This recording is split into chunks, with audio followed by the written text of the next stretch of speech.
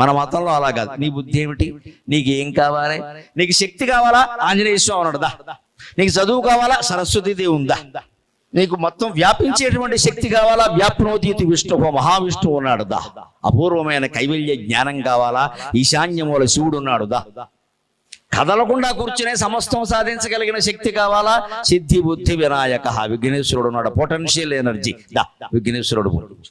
మనిషికి ఏ కోరిక ఉంటే ఆ దైవ రూపాన్ని మన ఋషులు తపస్సు చేసి తాము దర్శించి మనకు అందించారమ్మా. అది హైందవ జాతి, అది హైందవ జాతి.